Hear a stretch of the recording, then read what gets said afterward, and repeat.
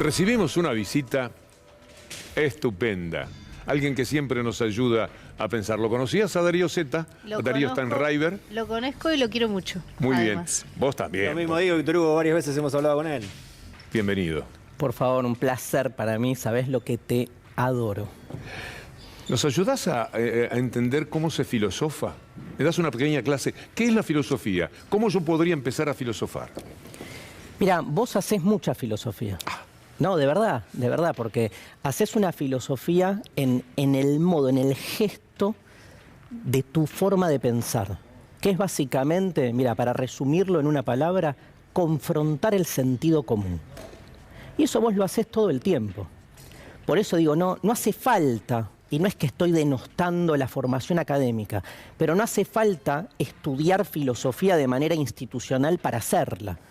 La puede hacer un periodista, la puede hacer una madre en su casa, la puede hacer cualquiera en la medida en que coloca su forma de pensar en una perspectiva distinta a la hegemónica, que es al modo en que nos exigen que pensemos, ¿no? El sentido común, un filósofo alemán llamado Heidegger lo define como el impersonal se, S-E. Pensamos lo que se piensa, sentimos lo que se siente, deseamos lo que se desea. ¿Quién nos piensa? ¿No?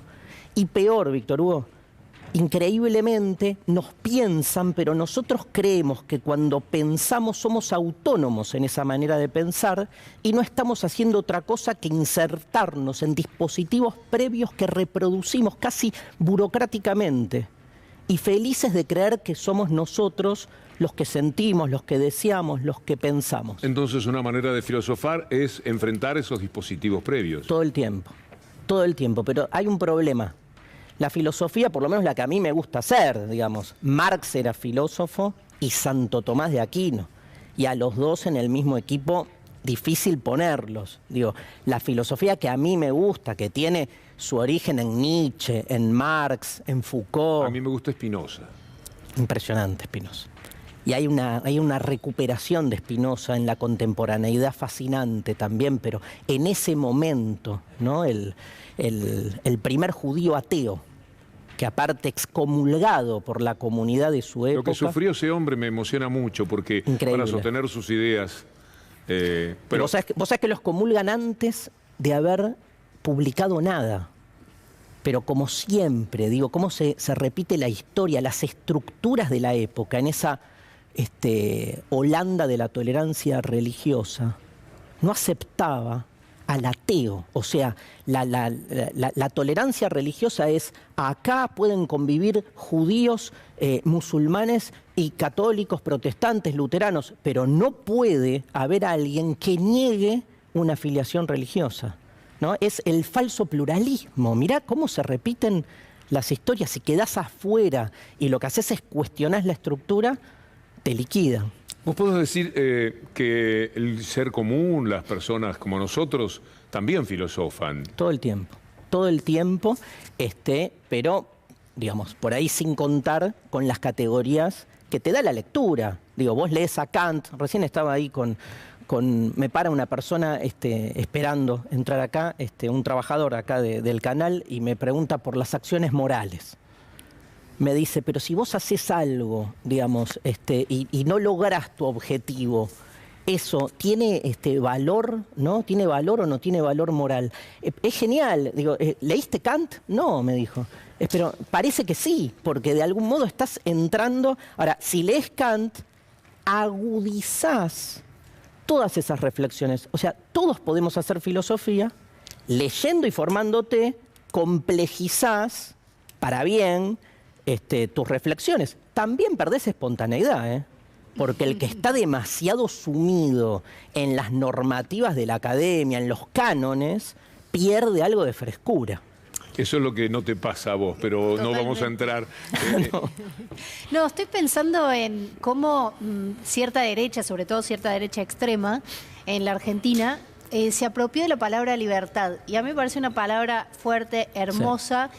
Y no me gustaría que se la regalemos a los libertarios. Fíjate cómo en toda su narrativa usan esta este concepto. ¿Qué hacemos? Sí. ¿Cómo hacemos con eso? ¿Por qué se apropian de esa palabra? Primero, es la forma, Steffi, usual de vincular poder y saber. O sea, lo primero que hay que entender es que el lugar donde el poder mejor ejerce su disciplinamiento es en postular conceptos epistemológicos, o sea, desde el saber como si fuesen verdaderos, ciertos, únicos. Digo, la gran argucia del poder es que hace pasar por objetivo, por neutro, lo que es en realidad conveniente a su propio interés. Entonces vos agarrás cualquier diccionario de ciencias sociales y tenés como mínimo 10, 12 definiciones de la palabra libertad, pero se impuso una. Entonces, la pregunta es ¿por qué se impone? Y no es solo porque los libertarios la hicieron circular. Evidentemente hay toda una estructura social que hace rato viene conduciendo una sociedad más individualista, más atomizada. Ahora, por ejemplo, para dar un ejemplo concreto de la palabra libertad, yo prefiero la libertad en tanto liberación, no en tanto lugar de llegada, sino lugar de partida. Liberarte todo el tiempo de los condicionamientos que te oprimen, ¿no? Si pensás a la libertad más como un liberarse, rompes con el paradigma. Eso empieza por uno mismo. Y eso empieza por uno mismo, porque la principal cárcel, no te quepa duda, es uno mismo.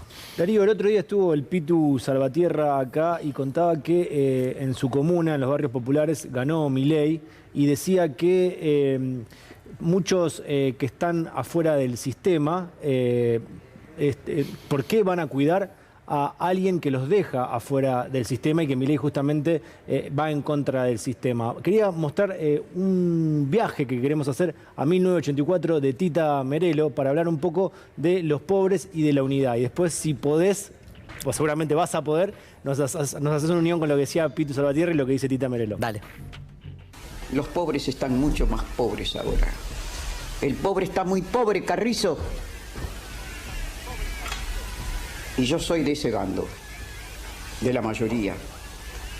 El mundo está lleno de pobres. Además, el problema, el drama, el hambre no es nuestro, ojo. El globo terráqueo está nada. Y no vamos para adelante. ¿La tuviste? Somos viajeros de la misma nave.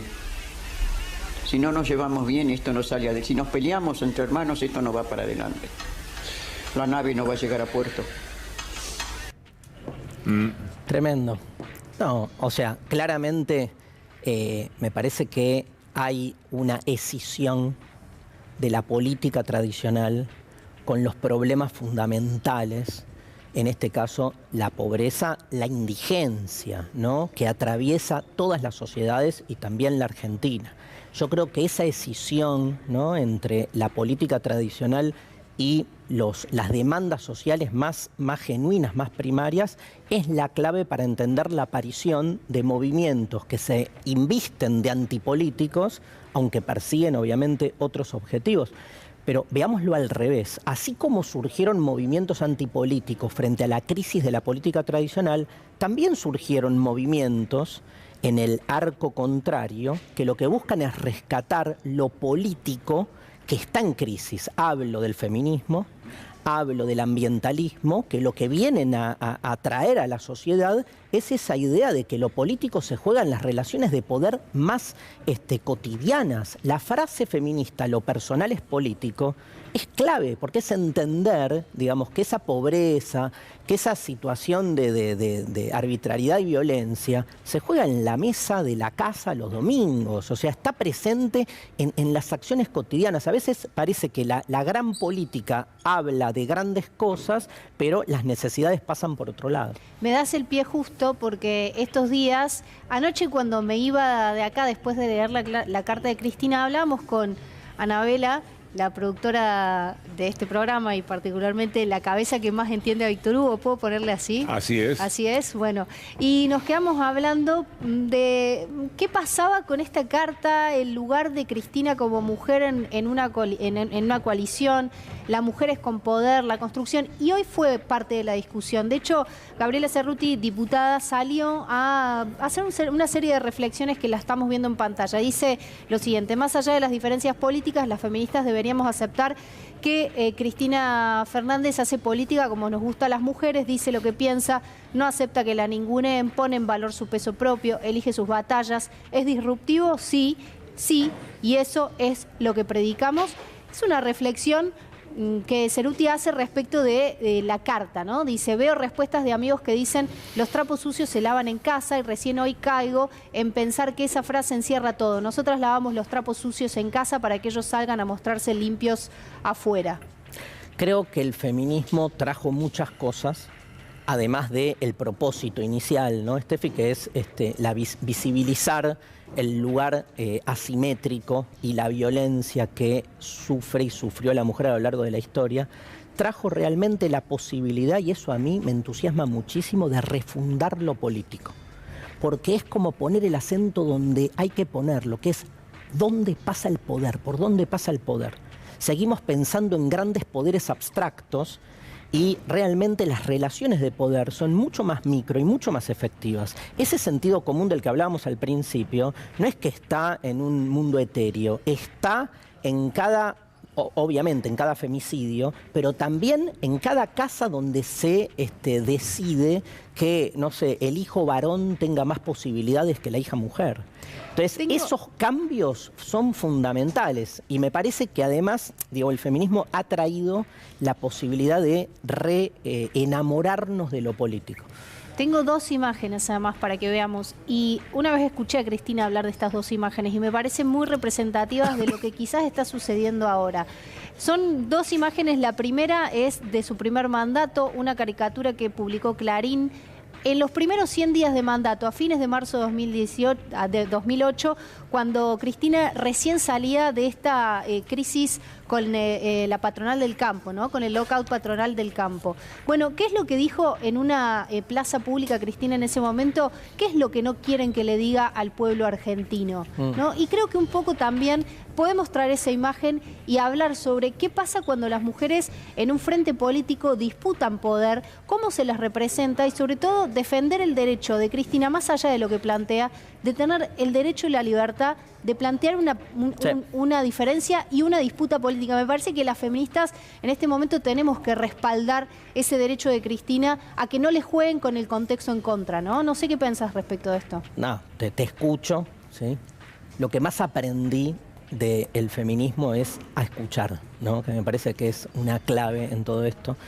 Hay dos personajes de la política de los últimos tiempos que a ambas, y están en las antípodas ideológicas, las corren primero por mujer y después por lo que piensan.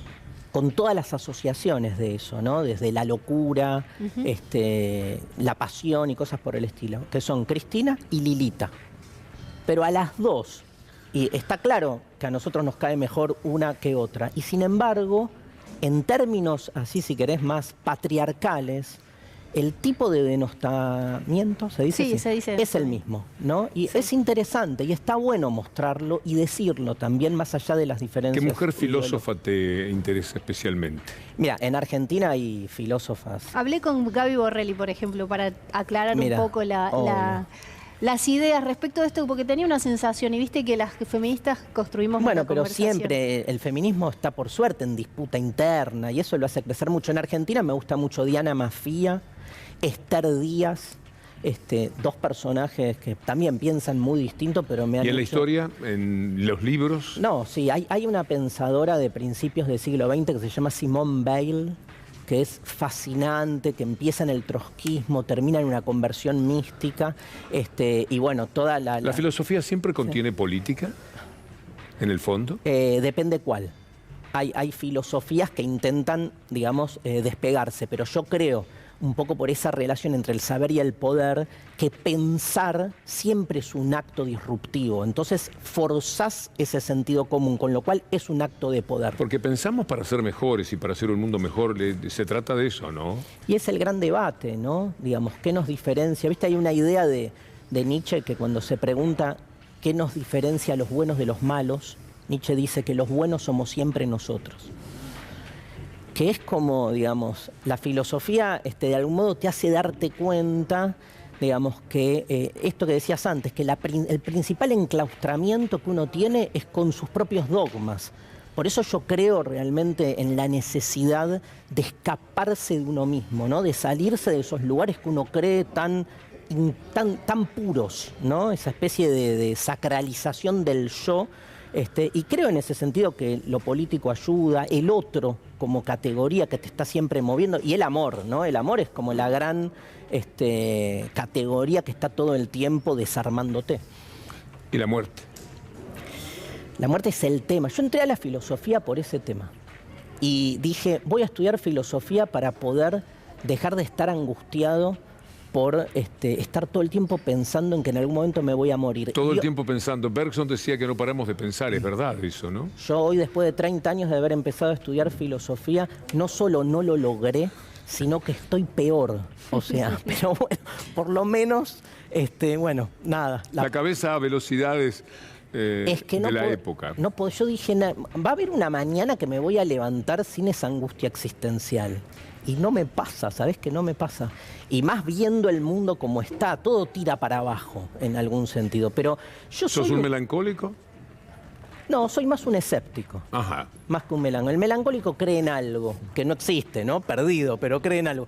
Yo soy más como de... Siempre me peleo con las creencias ingenuas, digamos. Milito más el pesimismo. Prefiero siempre más un pesimismo militante que un optimismo ingenuo, ¿no? Schopenhauer es un pesimista. Sí. ¿Y? Me fascina, pero hay que...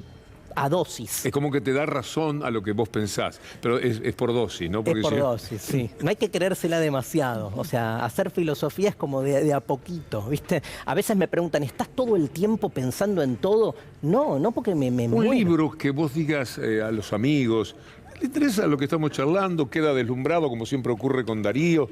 Pero empiece por tal lado. ¿Qué rumbo? Mira, voy a hacer un acto escénico porque tengo una remera que dice... Claro.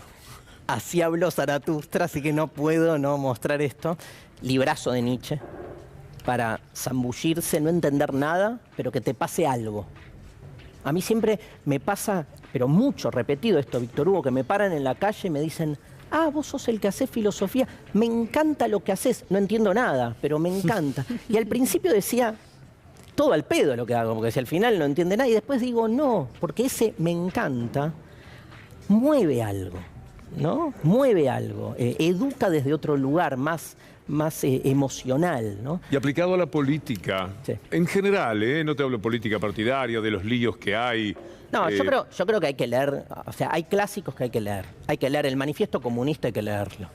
O sea, lo lees y esa noche estás como... Porque aparte está escrito, es un manifiesto. Pero a partir de vos directamente, sí, tu conclusión de estas horas, caminás y ves las informaciones, lo que decimos nosotros, los periodistas y demás. Y ¿qué ves de todo ese lío? No, creo esto que te decía, como vamos a usar una metáfora futbolística. El que hace filosofía, ¿sabes quién es, Víctor Hugo? Es un número 5. Para la pelota, pero no el Chapu Braña, ¿no? Digamos, el que tenemos ahora, que es un genio, que es el Corcho Rodríguez. Para la pelota, levanta la cabeza y te cambia el eje. Un Redondo podría ser. No, Redondo está en las antípodas de mi manera de ver el fútbol. No. Una Brujita Verón, que te pegaba un pelotazo para el otro lado. Tiene y la cancha hacía... Entonces, vos estás viendo todo. El nuevo gabinete, la pregunta es, ¿qué no estás viendo? Verón es como esos GPS que uno aprieta un botón para que retome la dirección a la que vas y hace unos movimientos y se acomoda de nuevo. De otra manera, claro. Pero me parece que es por ahí, digamos, ¿qué no estás viendo? Recién hablaba del escepticismo y lo que está pasando a nivel mundial, y hay un intento de la derecha de captar el voto de la ultraderecha, pero la ultraderecha, como es el caso de Milei, dice que podría ir en el 2023 en una interna con Juntos por el Cambio. Escuchemos a Milei y Darío y si te parece después lo analizamos. Pero si te invitan a una PASO dentro de un espacio opositor, se llame Juntos, Cambiemos o Libertario. No importa, vos decís la gran PASO opositora. Sí. ¿Qué haces? Y para sacar el kirchnerismo estoy dispuesto a entrar a esa contienda. Lo mejor que pasó con la pandemia y con el desencanto con los ladrones fue encontrar cantidad de gente valiosa como vos ¿Te preocupa, Darío, esto es un peligro, el avance de la ultraderecha? Mi pregunta, que creo que es la pregunta de todos, es si los resultados de la PASO lo que expresan es un voto antigobierno por las fallas del gobierno, por la no concreción de las promesas, la típica, o si lo que expresa es una derechización de la sociedad. ¿El ser humano es mejor cada vez o está empeorando? Yo creo que está empeorando, sí. Yo creo que está empeorando y por eso cuesta más. ¿Es por eso que se imponen personajes, alejémonos de nosotros, como Trump? Sí, o sea, hay cada vez más una anulación del otro y una convicción de que el otro te pertenece. O sea, la exaltación de la supervivencia como valor supremo que hace que el otro sea solo un medio para tu propio despliegue. Y ahí va un poco de desprecio incluido. Total, porque lo desotrás, lo inhumanizás en algún punto, lo volvés como fuerza para tu necesidad. Y eso te da muchos más derechos a vos. Claro, pero porque al otro, pero esa anulación, Víctor Hugo, está presente, no es solo un ejercicio político en términos tradicionales, eso lo ves en una pareja, donde crees que tu pareja en realidad está ahí con vos para que vos puedas, no sé, desarrollar tu bienestar o calmarte, la pareja ansiolítica, ¿viste? Que da lo mismo que sea una pareja o una pastilla para calmar tu ansiedad. Entonces, ahí hay una anulación del otro. Por eso hablo del sentido común. Está todo relacionado. Digo, esa forma de negar la condición del otro está en la amistad, está en todas las relaciones sociales. Nosotros como que la aislamos y pensamos que es parte de la política. Y lo que justamente decíamos antes con Steffi, lo que trae el feminismo es entender que esa cosa política, ese acontecimiento de lo político, está en lo mínimo. En esos asuntos que siempre parecieron ser apolíticos, como el amor, la familia, el hogar. Darío, recuerdo que cuando comenzó la pandemia mucha gente decía que íbamos a salir mejores. Yo hablé con vos y fuiste muy pesimista. Creo que estás teniendo razón. ¿Cuánto influyó la pandemia en la sociedad? Muchísimo, muchísimo. Todavía no somos conscientes. O sea, todavía no somos conscientes de las transformaciones radicales que se dan con la revolución digital, imagínate, más nosotros, Víctor Hugo y yo, los que somos de otro siglo, que todavía nos sigue sorprendiendo el WhatsApp. O sea, imagínate, estamos como entrando recién a modificar nuestra concepción del sentido. Imagínate la pandemia. O sea, esto recién empezó, no la pandemia, sino la eclosión, ese confinamiento, más allá de la discusión de la necesidad de estar o no confinado en términos de contagio, nos atravesó la subjetividad. Hay un texto de un filósofo que a mí me encanta, italiano, Giorgio Agamben, que decía esto, decía, fíjense que ni bien empezó el confinamiento, lo que se exigió de la sociedad es la distancia física, que es no contagiarse, no estar al lado del otro. Pero al toque le pusimos distanciamiento social. Si en ningún lugar decía que era necesario el distanciamiento social, sino físico. ¿Por qué le pusimos distanciamiento social? Porque ya estaba el dispositivo del confinamiento puesto. Se nos fue el tiempo, como siempre decimos, lamentablemente.